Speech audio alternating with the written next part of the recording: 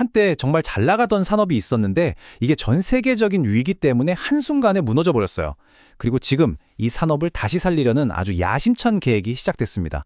바로 그 이야기, 지금부터 자세히 들여다볼게요. 자, 이 숫자 3만. 이게 뭘 의미할까요? 바로 한 도시에서 그것도 단 1년 만에 치료를 받은 외국인 환자 수입니다.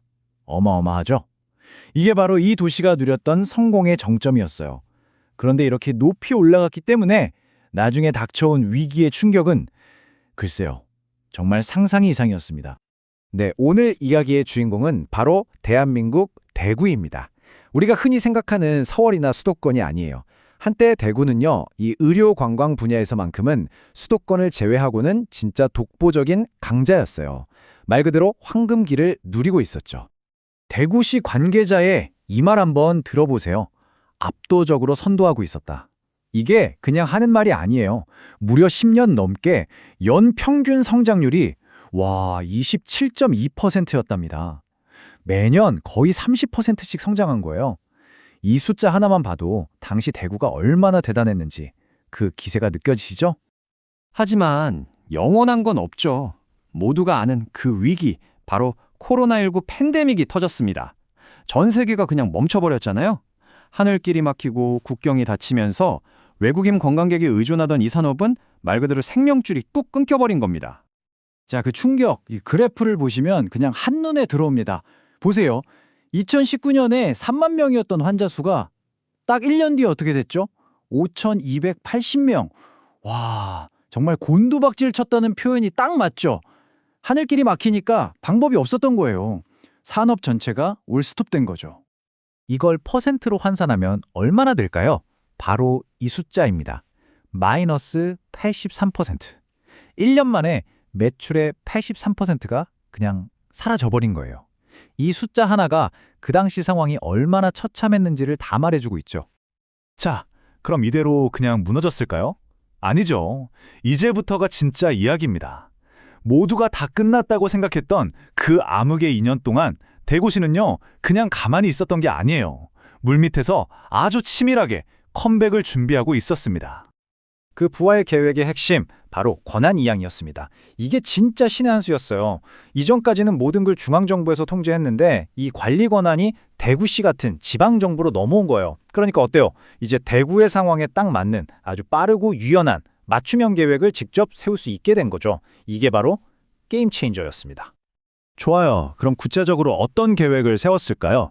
여기서 중요한 건 대구시가 그냥 옛날로 돌아가자가 아니었다는 점이에요. 이왕 다시 시작하는 거 아예 판을 새로 짜자. 더 튼튼하고 더 투명한 산업으로 만들자.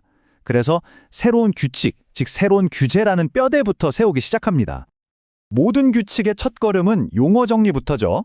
도대체 누구를 외국인 환자로 볼 거냐? 이 정의부터 명확히 한 겁니다.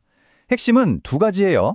우리나라 건강보험에 가입 안 되어 있고 또 90일 이내로 짧게 머무는 사람, 바로 이들이 타겟이라는 걸 법으로 딱 정한 거죠. 이게 왜 중요하냐면요. 좀 헷갈릴 수 있거든요. 예를 들어 잠깐 여행 온 관광객이나 주한미군은 외국인 환자가 맞아요. 근데 한국에 오래 살아서 외국인 등록을 했거나 영주권이 있거나 아니면 우리나라 건강보험에 가입한 사람은 외국인 환자가 아니라는 거예요. 이 구분을 확실히 해야 이 사람들을 유치하는 사업체들한테 제대로 된 법적 의무를 부과할 수 있으니까요. 그래서 이 사업을 하려는 병원이나 에이전시는 이제 딱 4가지를 무조건 지켜야 합니다. 첫째, 일단 시청에 정식으로 등록해야 돼요. 나 이 사업합니다 하고 신고하는 거죠. 둘째, 등록증이랑 진료비 같은 가격 정보를 환자들이 잘 볼 수 있게 딱 붙여놔야 합니다. 투명하게요. 셋째, 혹시 모를 의료사고에 대비해서 배상 책임보험은 당연히 들어야 하고요. 마지막으로 매년 실적 보고서를 꼭 제출해야 합니다. 근데 여기서 진짜 재밌는 규칙이 하나 있어요. 만약에 한 해 동안 환자를 단 한 명도 못 받았어요. 그럼 보고 안 해도 될까요? 아닙니다. 환자가 0명이었어도 실적 없음이라고 반드시 보고해야 해요. 왜 이렇게까지 할까요? 바로 정확한 데이터를 모으기 위해서입니다. 그래야만 앞으로 제대로 된 계획을 세울 수 있으니까요. 대구시가 얼마나 체계적으로 접근하는지 딱 보여주는 부분이죠. 투명성을 높이기 위한 장치는 또 있습니다. 바로 수수료 상한제예요. 외국인 환자를 소개해주는 에이전시들 있잖아요. 이들에게 병원이 주는 수수료의 상한선을 딱 정해버린 겁니다. 병원 규모에 따라 다른데 제일 큰 상급 종합병원은 15%, 동네 의원은 30%까지만 줄 수 있도록요. 왜냐? 이 수수료가 너무 높아지면 결국 그 비용이 환자한테 다 돌아가니까요. 그걸 막고 시장을 공정하게 만들겠다는 거죠. 자, 이렇게 내부적으로 시스템을 단단하게 정비했어요. 그럼 이제 밖으로 눈을 돌려야겠죠? 세상이 다시 열리기 시작했는데 대구는 과연 어떤 공격적인 전략으로 외국인 환자들을 다시 불러 모으고 있을까요? 그 미래를 한번 보시죠.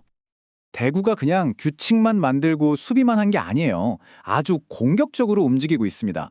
팬데믹으로 다들 멈췄을 때도 온라인으로는 계속 마케팅을 했고요. 정부로부터 아예 의료관광 특구로 지정을 받아서 지원을 팍팍 받고 있어요. 또 메디패스 파일이라는 멘토십 프로그램으로 전문가도 키우고 통역 서비스도 8개 언어 72명으로 늘려서 언어 장벽까지 확 낮췄습니다. 이게 바로 진짜 능동적인 재건 계획이죠. 그런데 말이죠. 이렇게 모든 준비를 마쳤다고 생각했을 때 예상치 못한 변수가 또 터집니다. 바로 오미크론 변이였죠. 대구시 관계자의 이 걱정 섞인 한마디가 모든 걸 말해줍니다.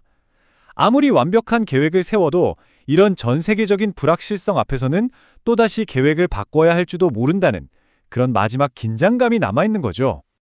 결국 대구의 이야기는 우리 모두에게 이런 질문을 던지는 것 같아요. 이렇게 계속해서 변화하는 세상에서 한 도시가 세운 이런 치밀한 계획이 과연 예측할 수 없는 거대한 위기를 정말로 이겨낼 수 있을까요? 그 답은 아마 앞으로 대구가 만들어갈 미래에 있겠죠. 우리 함께 지켜볼 일입니다.